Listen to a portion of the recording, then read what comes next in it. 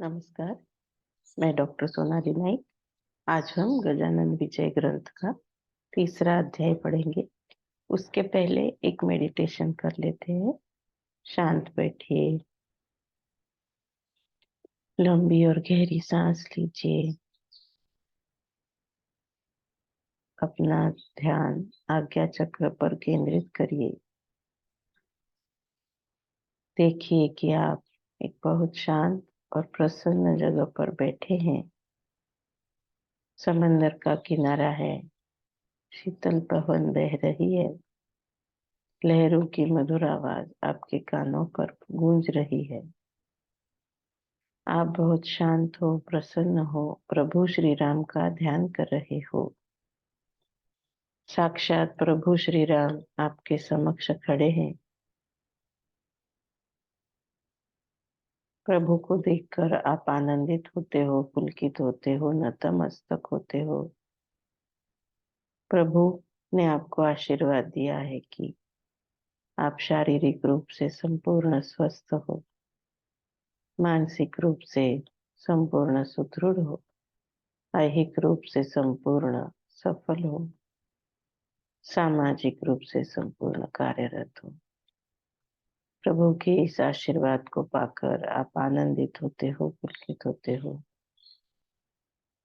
प्रभु की शक्ति का कवच आपके इर्द गिर्द सदैव बना रहता है। इस कवच के भीतर आप सदैव सुखी,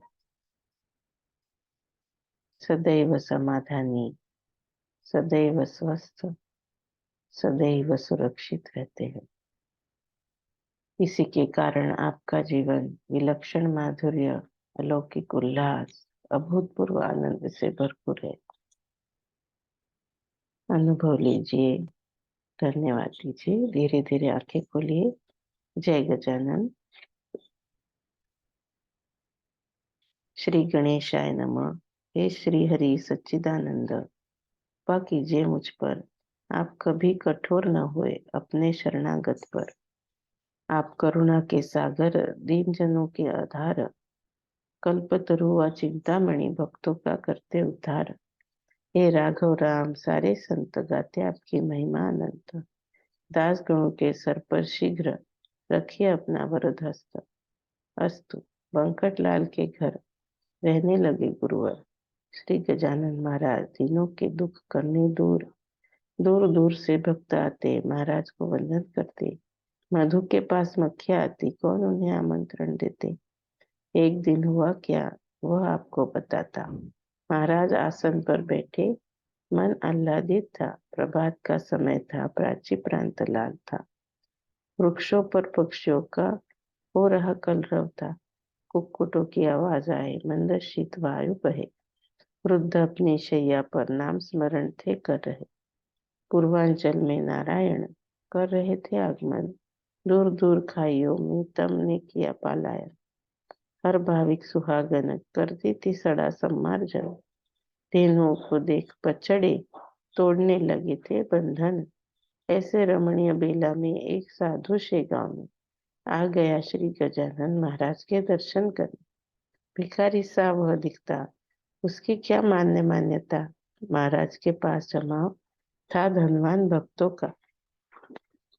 पाम बगल में झोली थी, सर पर भगवी चिंधी थी। कमर पर पहली उसने एक पट्टी लंगोटी थी। मुर्गा जीन लपेट कर रखा हुआ था पीठ पर। ऐसा गुस्सा भी बैठा था एक कोने में जाकर। भक्तों की भीड़ हुई, बढ़ती ही जा रही। ऐसी स्थिति में उसको मौका ही मिला नहीं। अपने ही स्थान पर चिंतन कर दिया शुरू कर बोला, इन चरणों के दर्शन लगते हैं कठिन तर। कीर्ति महाराज की काशी में ही सुनी थी भंग अर्पण करने की, प्रेम से मन्नत मानी थी। मनोगत अब मेरे असफल होंगे सारे। इतने धनवानों में मेरी कुछ परख कौन करे। गांजा का नाम लेते ही मुझे मिलेगी लाते ही। लेकिन मैं तो यहाँ आया मन्नत पूरी करने ही। मेरी मन्नत की बात बोलूं तो भी किसके पास। इस शांभवी का प्रेमी दिखता नहीं आसपास। जिस वस्तु से लगाव होता उसी की व्यक्ति मन्नत मानता और उसी वस्तु को सर्वश्रेष्ठ है जानता।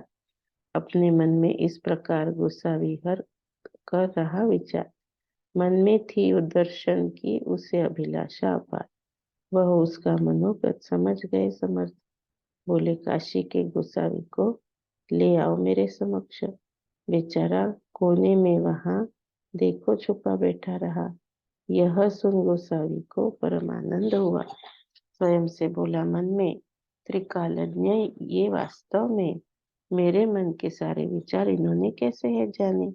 छठे अध्याय में ज्ञानेश्वरी में जो कथा कथन की है कि स्वर्ग की बातें भी योगियों को समझती है, उसी की आज प्रत्यंतर लिया मैंने यहाँ पर।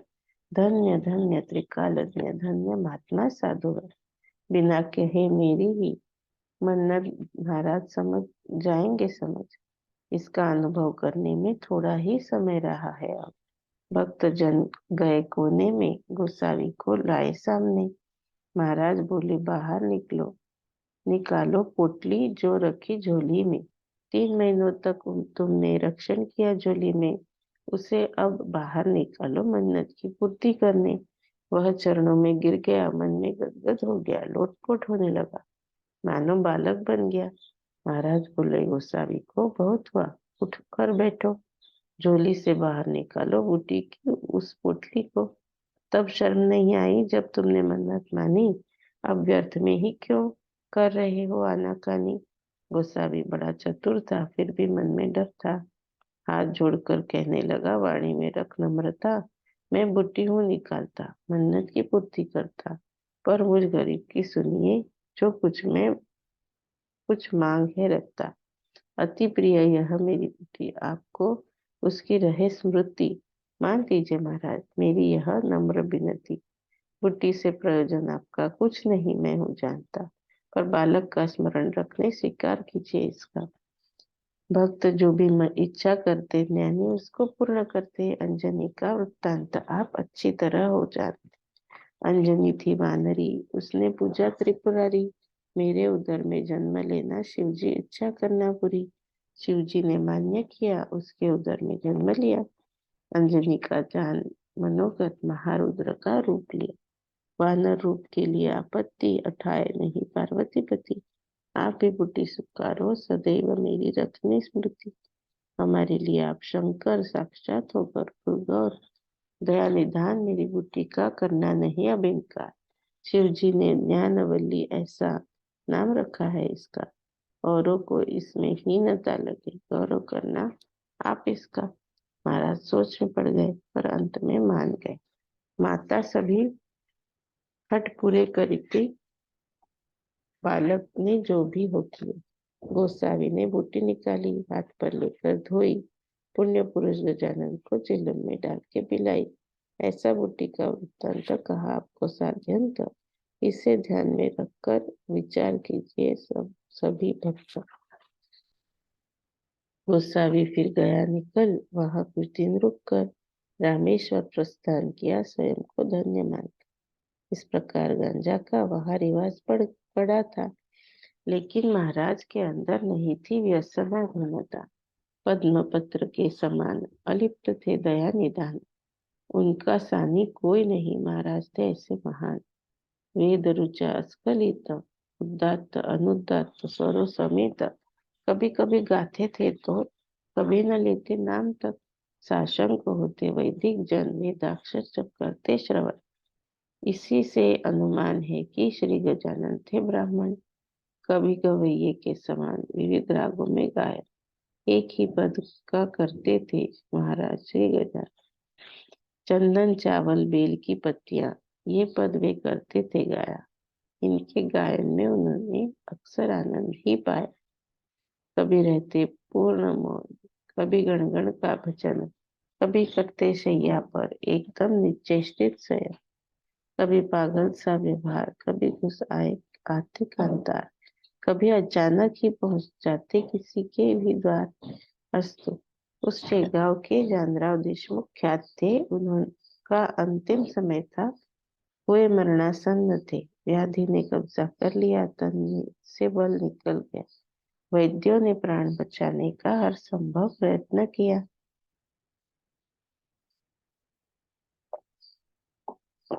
मंद नाड़ी देखकर आप तो कब कर दिए खबर।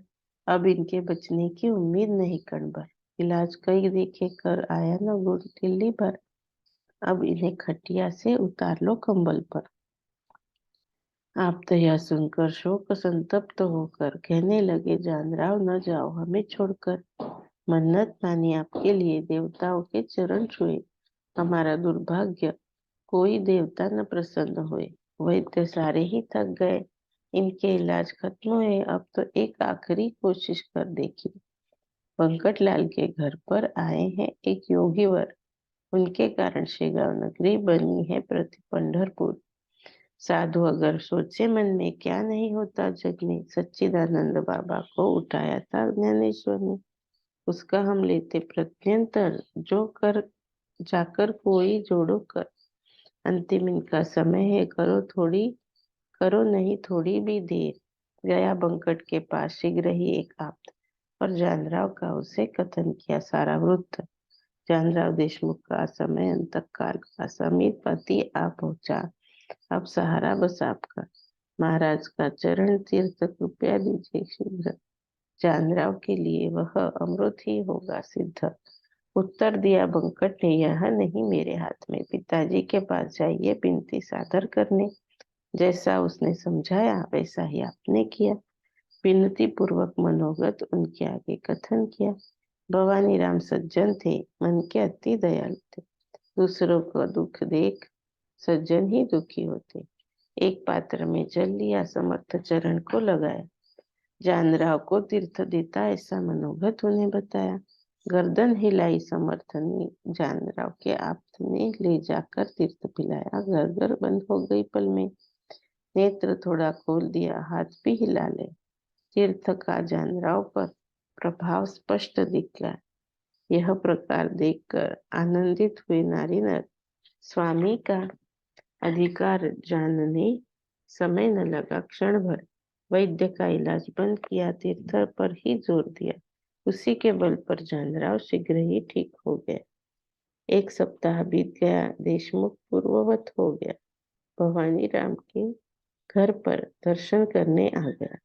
बन गया अमृत ही था यहाँ चरण तीर्थ संत का। ऐसा संत तो निसंशय ईश्वर ही है कलयुग का। यहाँ पर एक शंका ऐसी मन में है उठने जैसी, अगर शेगांव में महान विभूति है महाराज जैसी, तो फिर उनके होते हुए कोई भी नहीं जाने पाए यमराज के घर। लेकिन कुतर्क ऐसे किए न जाए, संत मृत्यु नहीं टालते, निसर्ग का नियम पालते, किंतु अचानक संकट से भक्तों का अवश्य तारते। सच्चिदानंद को ज्ञानदेव ने बचा दिया था नेवासे में, फिर भी उन्होंने स्वयं समाधि ली थी आनंदी में।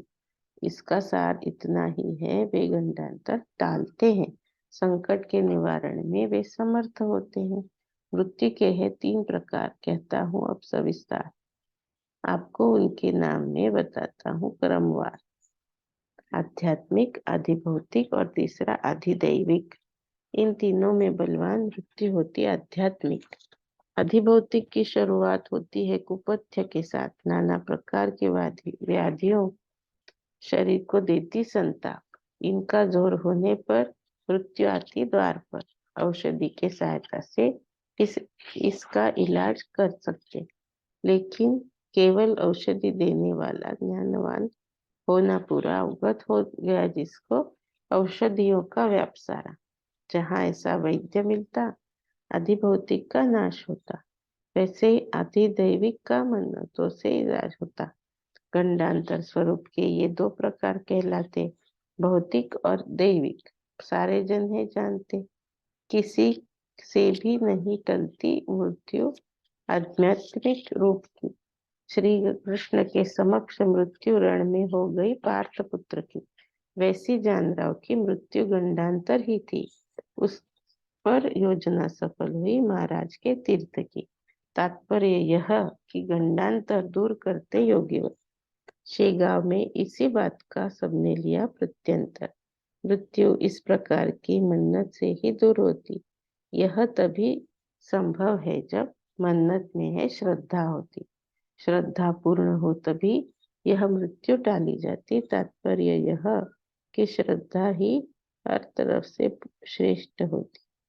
चरणातीर्थ भी साधु का इस मृत्यु को टाल सकता, आधि भौतिक आधि दैविक को, पर वह साधु चाहिए सच्चा।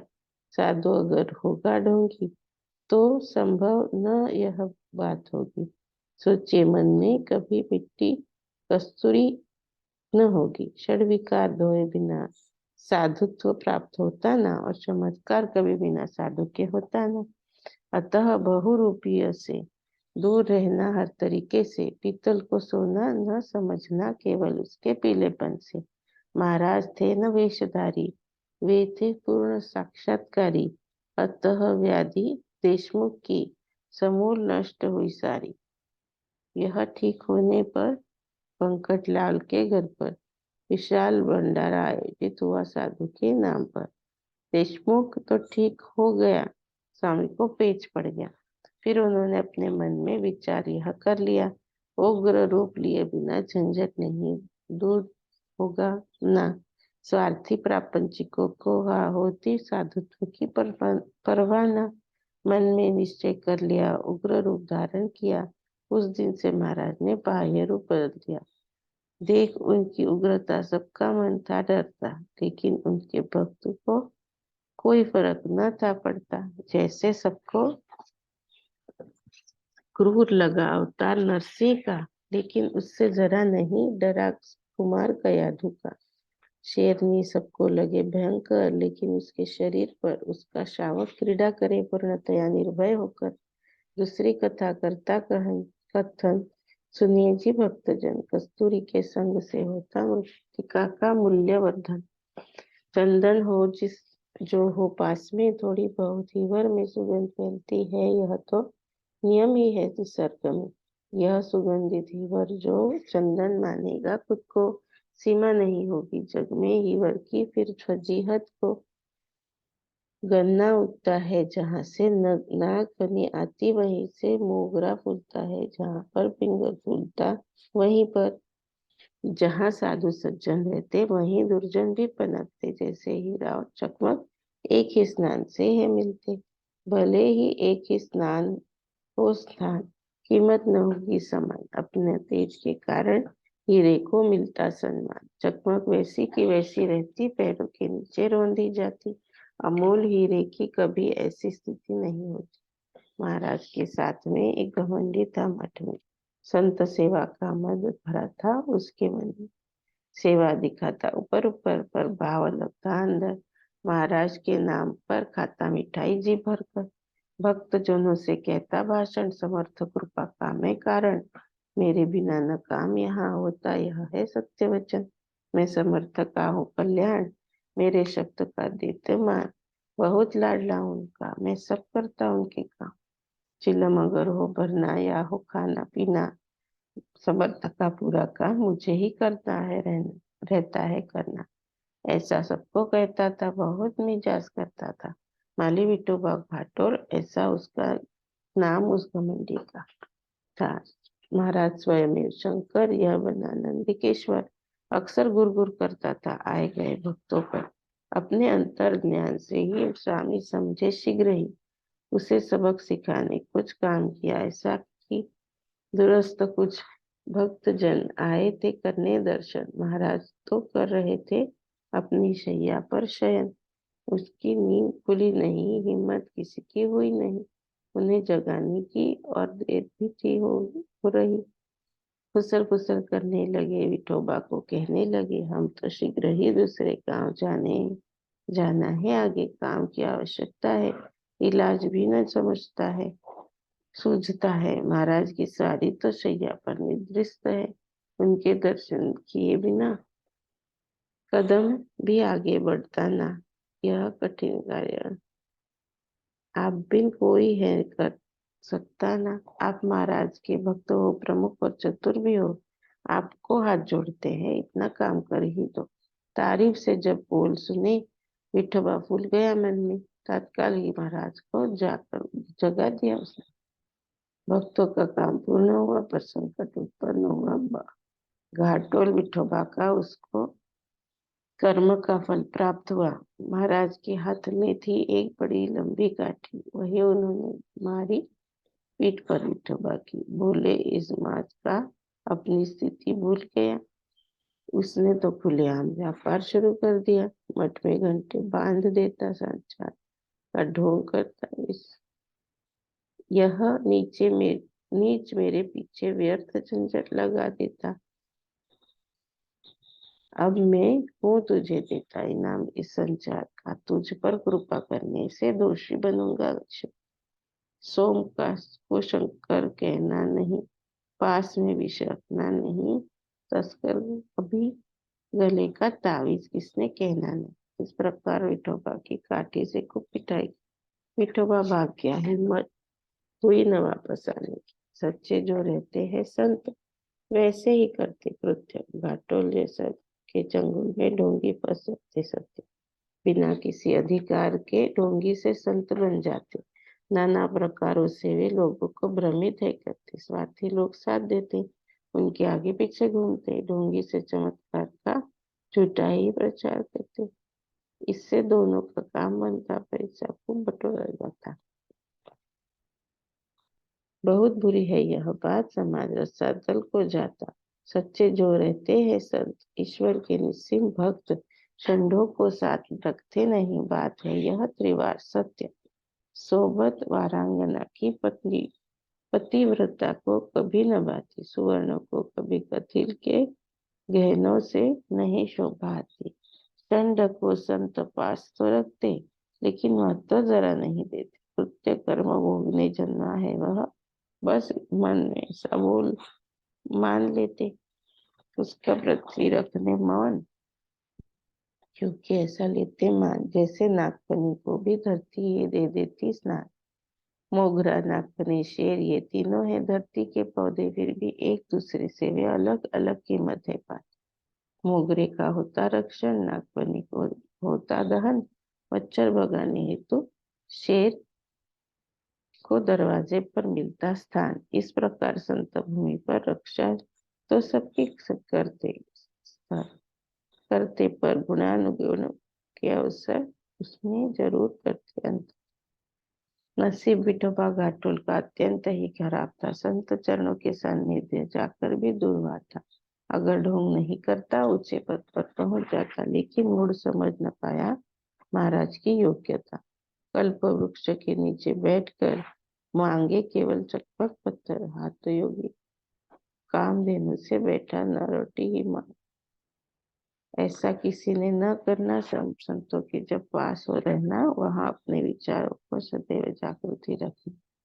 यह दासगण विरचित श्री गजानन विजय नामक ग्रंथ भक्तों को भवाब्दी में तारने में हो समर्थ। शुभम भवतु इति हरिहरार्पणमस्तु इति श्री गजानन विजय ग्रंथस्य तृतीयोऽध्यायः समाप्तः।